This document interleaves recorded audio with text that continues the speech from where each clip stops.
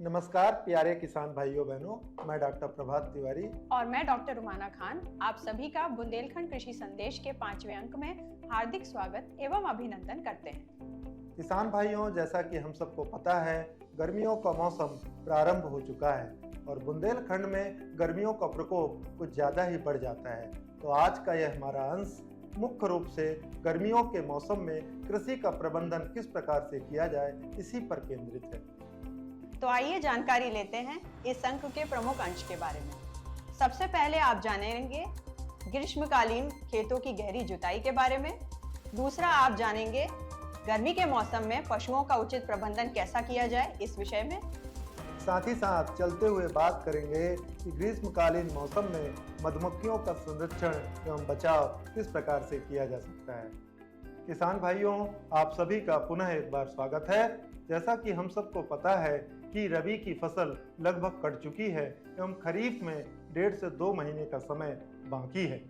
इस दौरान सभी किसान भाई खेतों की तैयारियों में लगे होंगे और खेतों में जुताई का एक विशेष महत्व होता है। तो खेत की गहरी जुताई का महत्व एवं इसमें इस्तेमाल होने वाले उपकरणों के बारे में जानकारी देने के लिए हमारे बीच हैं डॉक्टर विश्वनाथ, जो कि सहायक प्राध्यापक मृदा विज्ञान में कार्यरत हैं। नमस्कार किसान भाइयों, आज हम जानेंगे ग्रीष्मकालीन गहरी जुताई के बारे में। ग्रीष्मकालीन गहरी जुताई रबी फसल कटने के बाद और मानसून शुरुआत से पहले किया जाता है। सामान्यतः हम खेतों में 15 सेंटीमीटर तक जुताई करते हैं, जबकि गहरी जुताई में हम 50 सेंटीमीटर तक जुताई करते हैं। ग्रीष्मकालीन गहरी जुताई करने से हमें अनेक लाभ है, जैसे कि पहला लाभ इसमें हम ये बता सकते हैं कि ये कीट नियंत्रण में सहायता करता है। ज़मीन के जो अंदर कीट और लार्वे, अंडे, प्यूपे है, ये जब गहरी जुताई जब हम करते हैं, ये ज़मीन के ऊपरी स्तर पे आ जाता है और धूप से मर जाते हैं। जब हम दूसरी फसल लेते हैं तब इस कीट और लार्वे, प्यूपे का असर उस फसल पे कम होता है और इससे हमारे जो कीट नियंत्रण में जो लागत होती है, इसका खर्च भी कम हो जाता है। और दूसरा लाभ इसका ये है, ये जड़ विकास के लिए सहायक करता है। बार बार हम एक ही गहराई पे जुताई करने से उस गहराई पर कठोरता का निर्माण हो जाता है। इस खेत के कठोरता को तोड़कर मिट्टी को जड़ के विकास के लिए अनुकूल बनाने में मदद करता है। गहरी जुताई करने से खरपतवार के बीज और उसके जड़ ऊपरी स्तर पे आ जाते हैं और ये धूप से सूख कर नष्ट हो जाते हैं। इससे जब हम अगली फसल लेते हैं तब इस खरपतवार का जो असर उस फसलों पे कम होता है। इससे जो हमारे खरपतवार नियंत्रण में जो लागत लगती थी वो घट जाता है। गहरी जुताई करने का ये भी फायदा है, जो खेतों में फसलों के बचे हुए अवशेष ये मिट्टी में मिलकर सड़ जाते हैं और इससे हमारे मिट्टी की उर्वरता बढ़ती है। गहरी जुताई करने से हमारे मृदा संरक्षण में सहायता करता है। आंधी, तूफान और ये पानी के बहाव से होने वाली मिट्टी की कटाव को रोकने में मदद करता है। साथ ही साथ गहरी जुताई करने से मृदा के भौतिक लक्षण जैसे कि soil aeration, water holding capacity, porosity, इन सब में सुधार आता है। खेत की गहरी जुताई करने के लिए किसान भाई मोल्ड बोल्ड फ्लो का इस्तेमाल करें। विशेष परिस्थितियों में जैसे कि मिट्टी सूखी हो या फिर मिट्टी में कठोर परत बन गए हो, इस परिस्थितियों में किसान भाई डिस्क फ्लो का भी इस्तेमाल कर सकते हैं। धन्यवाद। फसलों के साथ साथ पशु भी खेती का एक अभिन्न अंग हैं। सामान्यतः देखा गया है कि गर्मी के मौसम में पशुओं की उत्पादकता एवं सेहत पर प्रतिकूल प्रभाव पड़ता है। इसीलिए गर्मियों के मौसम में पशुओं का किस तरह उचित प्रबंधन किया जाए, इसी विषय में जानकारी देने के लिए हमारे साथ जुड़े हैं हमारे पशु विशेषज्ञ डॉक्टर प्रमोद कुमार सोनी। नमस्कार किसान भाइयों, मैं डॉक्टर प्रमोद कुमार सोनी। जैसा कि आप सब जानते हैं, गर्मी का मौसम आ गया है और इस मौसम में पशुओं का प्रबंधन करना बहुत ही महत्वपूर्ण है। तो पशुओं का प्रबंधन गर्मी में कैसे करें, इसके लिए आप क्या कर सकते हैं। आप देखते हैं कम से कम 10 से 12 फीट, अगर पशु आवास की बात करें तो 10 से 12 फीट की जो ऊंचाई होनी चाहिए पशु आवास की। जो जालीदार इनकी खिड़कियां होनी चाहिए, जिससे हवा का आदान प्रदान अच्छा हो। और अगर डायरेक्ट धूप पड़ती है तो आप इस तरह से बोरे आप खिड़कियों में लगा दें, इनमें पानी का छिड़काव कर दें, जिससे अंदर का तापमान कम रहेगा। इसके साथ साथ आपको जो पशु की जो आवास है उसकी छत है, उसमें 4 से 6 इंच जो घास फूस की या फिर मोटी लेयर बिछा दीजिए, तो इससे भी जो है पशु आवास का तापमान कम रहेगा। और दिन के समय में खासकर 10 बजे से लेकर 5 बजे तक आप जानवरों को बाहर चरने के लिए मत भेजिए। सुबह जल्दी, सुबह 6 बजे और उधर 5 बजे के बाद आप छोड़िए, जिससे गर्मी का प्रकोप कम होगा जानवरों में। इसके साथ साथ जो हमारे जानवर हैं उनको हरे चारा की जो उनकी पूर्ति है वो गर्मियों में ज़्यादा की जाए, जिससे क्या है हरे चारे में पानी ज़्यादा होता है तो उनका तापमान कम रहेगा। साथ ही साथ आपको जो जानवर हैं कम से कम गर्मियों में 3 से 4 बार उनको ठंडा साफ स्वच्छ पानी प्रदान करिए और 3 से 4 बार गर्मियों में जो है पशुओं को पानी का छिड़काव करिए, तो उससे भी जो उनका तापमान कम रहेगा। इसके साथ साथ पशु बाड़े के आसपास आप जो छांवदार रहें पेड़ वो भी लगा सकते हैं, उसे लगाएंगे तो जिससे तापमान कम रहेगा। और बरसात गर्मी के जस्ट बाद आप देखेंगे जुलाई में बरसात का मौसम आ जाता है, तो इस मौसम के पहले आपको जून में कम से कम जो प्रमुख बीमारियां होती है जानवरों में, खासकर खुरपका मुहपका और जो लगड़ी है और गलघोटू है, इनका आप टीकाकरण कराइए, तो जिससे आपके जानवर हैं वो उनमें बीमारियां आने वाले जो मौसम है उसमें कम होंगी और आपके जो जानवर हैं इस तरह से गर्मियों का उनमें प्रकोप कम होगा और उनकी जो उत्पादक क्षमता है, गुणवत्ता है वो बनी रहेगी। धन्यवाद।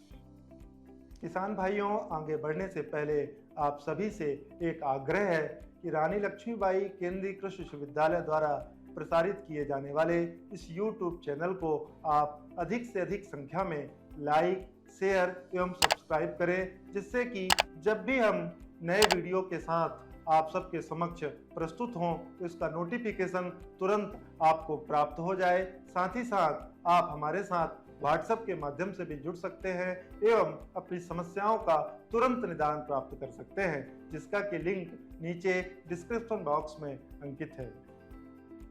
सामान्यतः किसानों की यह शिकायत रहती है कि गर्मियों के मौसम में मधुमक्खियों की संख्या घट जाती है एवं शहद के उचित उत्पादन में कमी आ जाती है। विशेषज्ञों का मानना है कि तापमान की अधिकता एवं पराग और फूलों की उचित उपलब्धता की कमी इस समस्या के प्रमुख कारण है। तो आइए इस अंश के अंतिम चरण में जानते हैं कि गर्मियों के मौसम में मधुमक्खियों का उचित प्रबंधन कैसे किया जाए। इस विषय में जानकारी देने के लिए हमारे साथ जुड़े हैं कीट विज्ञान विशेषज्ञ डॉक्टर सुंदरपाल। सभी किसान बहन भाइयों को नमस्कार, मैं डॉक्टर पवार। आज हम लोग बात करेंगे कि गर्मी के मौसम में मधुमक्खी की हम लोग कैसे सुरक्षा कर सकते हैं। देखिए, अधिक तापक्रम होने के कारण परिवारों में मधुमक्खी के परिवार में इनकी संख्या कम होती चली जाती है, जिससे लगता है कि ये एक समय के बाद ये मर जाएंगी सारी। तो उससे सुरक्षा के लिए हमारे पास कुछ बातें हैं। तो इसमें सबसे बड़ा कारण जो है कि तापक्रम। देखिए कि अधिक तापमान जब हो जाता है तो हम लोग क्या करते हैं कि इसका इंटरनल टेम्परेचर बाहरी तापक्रम से थोड़ा सा कम करने के लिए हम लोग क्या करते हैं कि ऐसे जूट के बोरे लेते हैं और इनको पानी से गीला करके हम लोग क्या करते हैं इस कॉलोनी के ऊपर इस तरह से लगा दिए जाते हैं। और ये क्या करना होता है कि दोनों साइड से हम लोग लगाते हैं। अगर आपके पास ज़्यादा है तो आप एक साइड से और लगा सकते हैं, इस साइड को छोड़ना पड़ता है जिधर से इनका इस छत्ते के अंदर आना जाना रहता है। उसके बाद क्या करते हैं, एक रस्सी लेते हैं और रस्सी से क्या करते हैं कि इसको चारों तरफ से थोड़ा सा बांध दिया जाता है। और बांधने के लिए आप किसी भी तरह की रस्सी यूज कर सकते हैं। और बांधने का केवल एक ही कारण होता है कि अगर ये इससे सटा रहेगा तो इसके अंदर जो गर्म हवा है वो नहीं जाएगी, इसकी दीवारों को गर्म हवा नहीं छू पाएगी। तो अगर आती है तो ठंडी होकर के इसको क्या है कि अंदर का जो तापक्रम है वो ठंडा बना रहता है और मधुमक्खी आसानी से सर्वाइव करती रहती है। और जैसे आपने देखा कि हमने बोरा डाल दिया है तो इसको बोरे को बार बार नहीं खोलना है। बांध दिया तो आप क्या करेंगे, एक इस तरह का स्प्रे आता है मार्केट में, आप उसको खरीद लीजिए, उसमें ठंडा पानी भरिए और उसमें प्रेशर जनरेट करके और बस आपको क्या करना है, ऐसे चारों तरफ इस पर पानी मारते रहना है। दिन में 2 बार कम से कम आपको इसको गीला करना रहेगा, इससे कि गर्मी के मौसम में इसमें ठंडक बनी रहे। जब अधिक तापक्रम हो जाता है तो हमें क्या करना है कि इस परिवार को एक जगह से दूसरी जगह स्थानांतरित करना होता है। स्थानांतरित करने के लिए हमारे पास जैसे कि मान लीजिए हमें 3 किलोमीटर से अधिक दूरी पर स्थानांतरित करना होता है, तो उसके लिए कुछ नहीं करने का, आपको सीधे कॉलोनी को बक्सों को लेकर के जाकर के स्थानांतरित कर देना है। यदि आपकी ये स्थानांतरण 3 किलोमीटर के अंदर ही करना है तो पहले ये स्थानांतरण आप दूसरे स्थान पे करेंगे, फिर जाकर के मेन स्थान पे आपको उसको स्थानांतरित करना होता है। इससे होता है कि जो मधुमक्खियाँ होती है 2 किलोमीटर तक भोजन 2 से 3 किलोमीटर तक भोजन लेने के लिए चली जाती हैं, तो इससे होता है कि वो दोबारा वापस उसी स्थान पर आ जाती है। तो ये थोड़ा सा भ्रम मिटाने के लिए हम लोगों को 1 सप्ताह के लिए उनको दूसरे स्थान पर फिर तीसरे स्थान पर जो मेन स्थान है वहाँ पे स्थानांतरित करना रहता है। तीसरी बात ये होती है कि यदि हमें स्थानांतरण बहुत ही कम दूरी पे करना होता है, मान लीजिए छाँव में करना है कहीं पे पास जो 50 मीटर के अंदर अंदर ही है, तो हमें क्या करना है कि कॉलोनियों को धीरे धीरे रात के समय हमें 1 फीट या 2 फीट उसको धीरे धीरे स्थानांतरित करते करते हमें उस स्थान तक उसको पहुँचाना रहता है। तीसरी चीज़ आती है कि गर्मी के मौसम में कि परागकण नहीं है तो उनको खाने के लिए क्या दिया जाए, तो खाने के लिए जैसे हम लोग क्या करते हैं कि चाशनी तैयार करते हैं। उसकी विधि कुछ इस प्रकार से है। देखिए, चीनी की चाशनी तैयार करने के लिए हम लोग क्या करते हैं, चीनी और पानी को बराबर मात्रा में लेते हैं और एक इस तरह से बड़े चौड़े मुंह के बर्तन में हम लोग इसको डाल लेते हैं और डाल करके चाशनी तैयार करते हैं।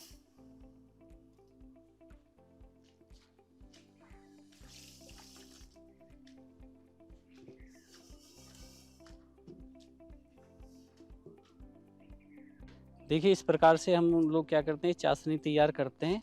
इसमें चीनी और पानी को बराबर मात्रा में रखा गया है और आग जला करके इसको उबाला जाएगा और चाशनी के रूप में तैयार किया जाएगा।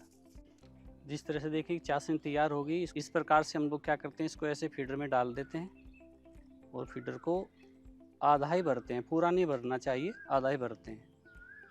तो इस प्रकार से देखेंगे कि इसमें 10 एक फ्रेम साइड से निकाल दिया गया और इसकी जगह हम लोग क्या करते हैं, इस फीडर को इस तरह से इसमें स्थानांतरित कर देते हैं और इसको थोड़ा सटा करके करते हैं। और इसके बाद हम लोग क्या करते हैं कि क्योंकि इसमें ये लिक्विड फॉर्म में है, पानी फॉर्म में है, तो मधुमक्खी इसमें जाएगी तो गिर जाएगी, गिरने से उनकी मृत्यु हो सकती है। तो हम लोग क्या करते हैं, सपोर्टिंग के लिए हम लोग इसमें इस तरह से थोड़ी थोड़ी टूटी हुई लकड़ियों के टुकड़े डाल देते हैं। वो इसलिए कि ताकि इसी की सहायता से नीचे जाए, खा पी करके फिर वापस इसी की सहायता से ऊपर आ जाए, इसमें गिर करके उनकी मृत्यु ना हो।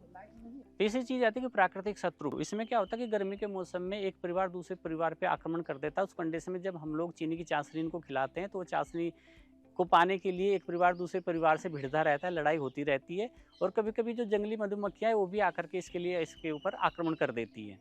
उनसे बचाव के लिए थोड़ा सा ये ध्यान रखना है कि चीनी की चाशनी देते वक्त आपको चीनी की चाशनी कॉलोनी के या बक्से के आसपास नहीं गिरनी चाहिए, तो उसको देते समय थोड़ा सा ये सावधानी रखनी है। दूसरी ये ध्यान देना है कि गर्मी के मौसम में आपको शहद निकालने की कोई बात नहीं करनी है। तीसरी चीज़ है कि इंस्पेक्शन करने के लिए कॉलोनी को देखने के लिए आपको बार बार कॉलोनी को खोल करके देखने की ज़रूरत नहीं है। अगर ऐसा आप बार बार करें तो मधुमक्खी ज़्यादा डिस्टर्ब होती है उस कंडीशन में और वो अपना छत्ता छोड़ करके निकल सकती हैं।